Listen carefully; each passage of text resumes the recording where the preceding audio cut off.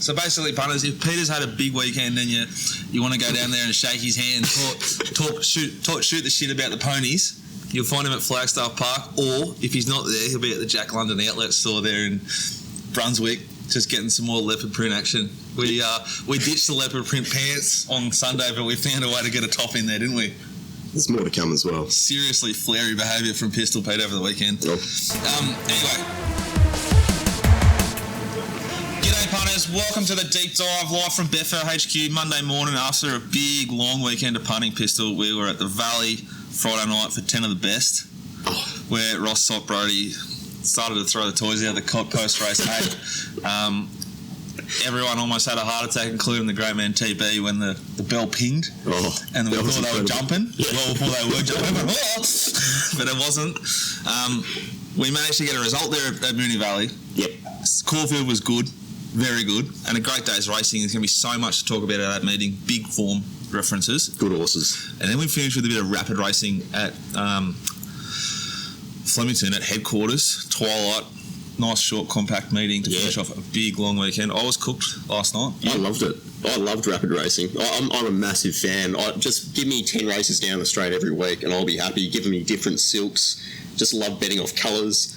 It was amazing. I was in my element. I didn't like the colours and didn't like the State of Origin thing. But no, that was a bit overplayed. I don't think we needed that. No, exactly. Rapid racing is a great idea. It worked. If I were just in normal silks, and there was we don't need like point systems, just race every 30 minutes. It's outstanding. I loved it. It's good fun.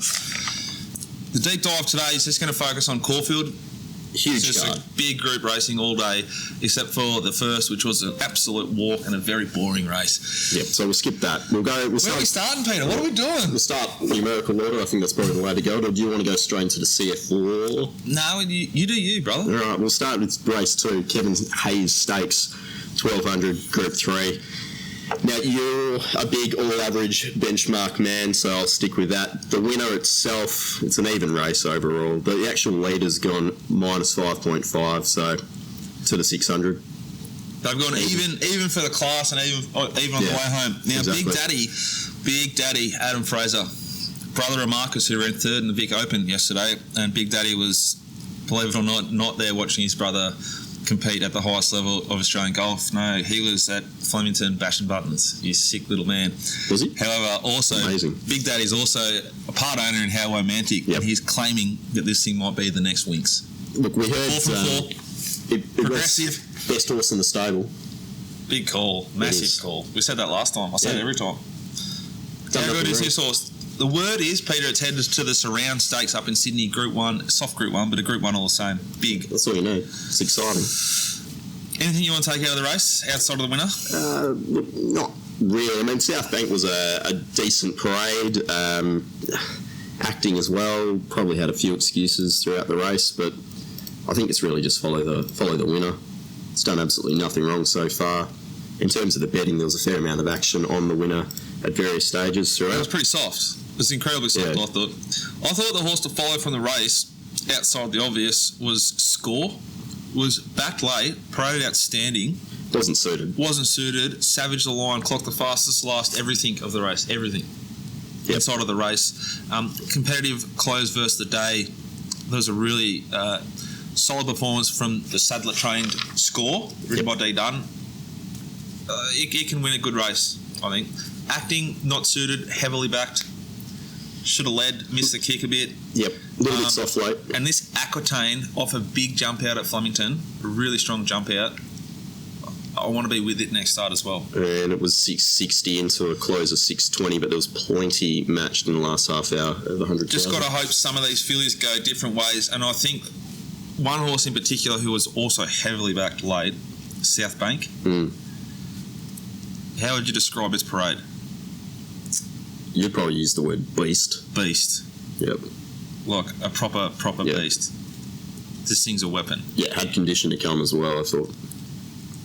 I think this is a hot race to follow. One of many on the day. Big Daddy might have the next Winx. I don't know.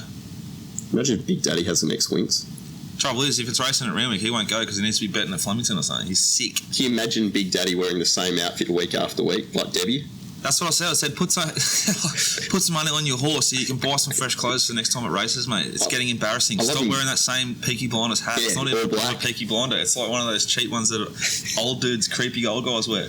It's almost like all leather, isn't it? Yes. Leather daddy. You got to stay calm, mate. You little... Race 3, punters. The fillies 2-year-old race.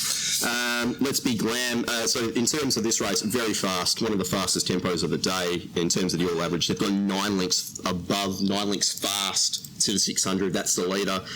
The winner itself has recorded a big fat figure here. With a big fat SP. What do we do? Well, there's nothing for it, mate. The horse has improved like 18 to 20 lengths off its last start. It's all right. Just never experienced a really fast tempo before. Oh, calm down. Stay calm, Peter. What do you do with it next start? Find everything to beat it. I'm against it off this SP. I think Muntasira is ticking along very nicely to improve next start. Wasn't suited. Can't knock the runner Geist. Don't know. And the horse we mentioned, I don't know if we did on the pathways or the deep dive, but Unstoppable, just given none by Meach, still got through the line really nicely. I think, and you'll hear everyone talk about, and I agree, that Hanseatic might relish the faster early tempo, which is not yet to see. Unstoppable is in exactly the same boat. This horse could really savage the line even off a really stronger tempo, and you're going to get a big odds to find out. I think Unstoppable and Muntasira are the two to follow from the fillies race. Versus the prices that you're going to get. I'm very keen to be with Unstoppable if you can get a run in the Blue Diamond. Fresh will be spelled. I thought it walked. No. You told me it walked not as well as it did the previous start, and it ran accordingly. We avoided it from the Mountie Yard. Thank God. Well done, Peter. Race for the Colts.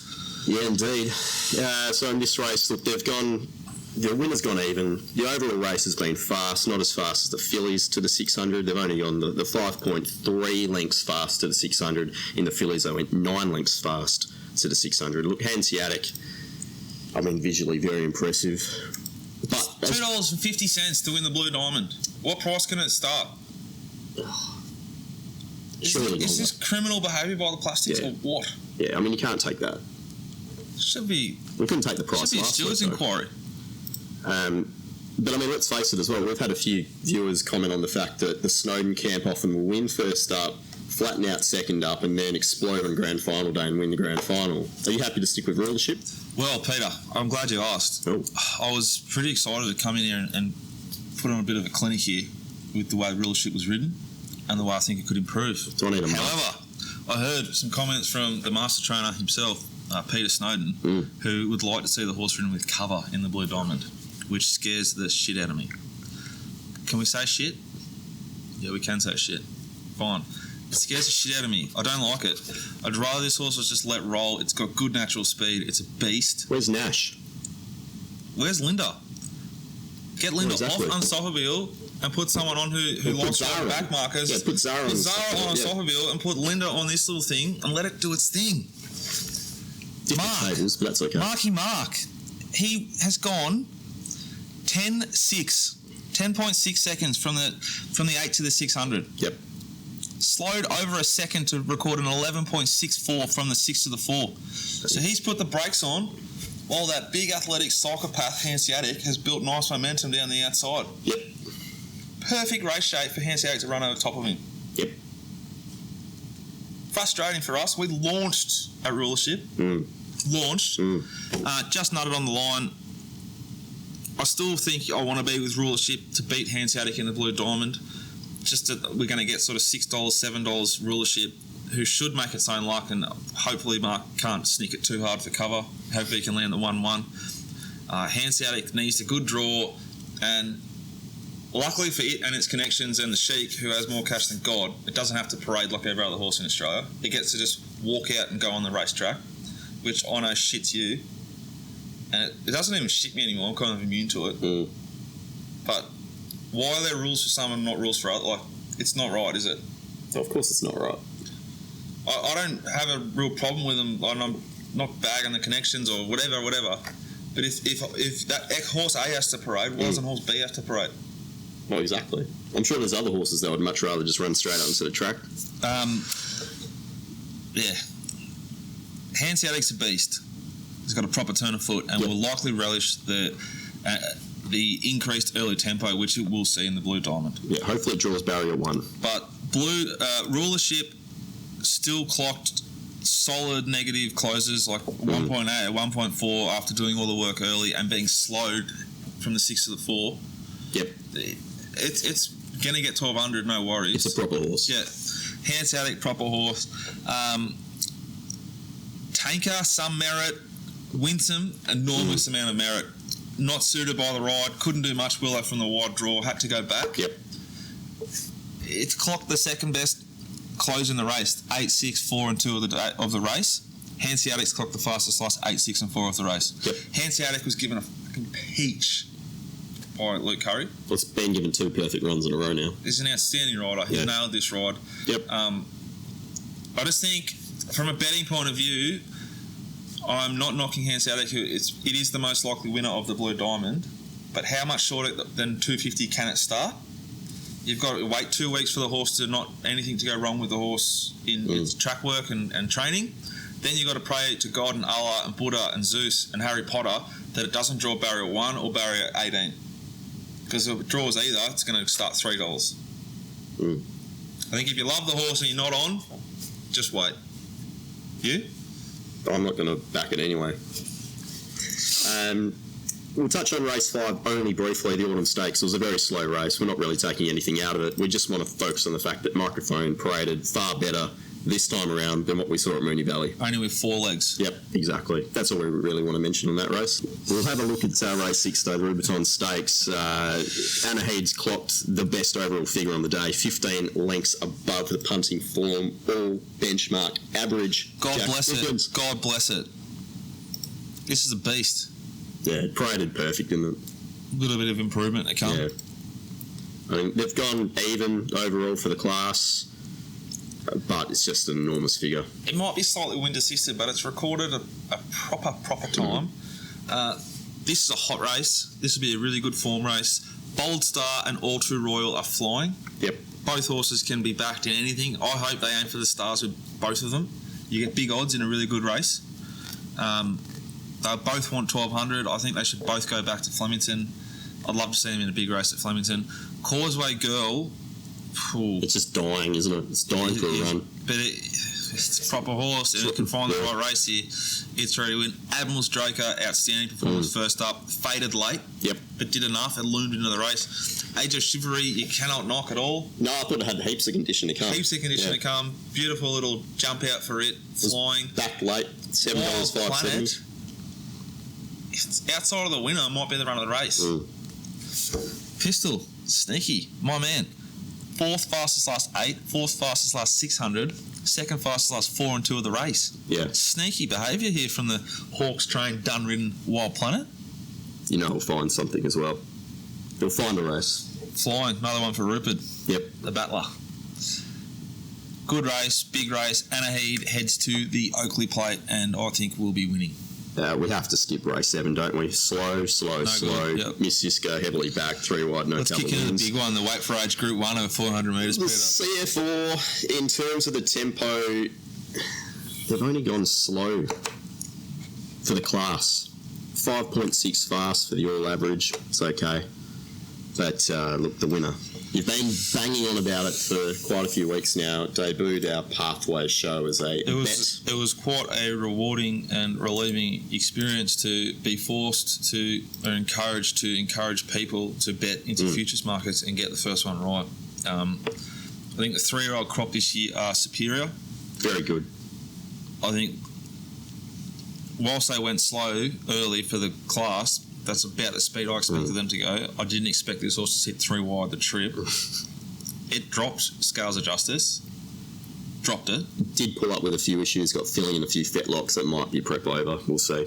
But it was going past it when they sort of... there was a bit of contact in the straight, but it was going right past it. I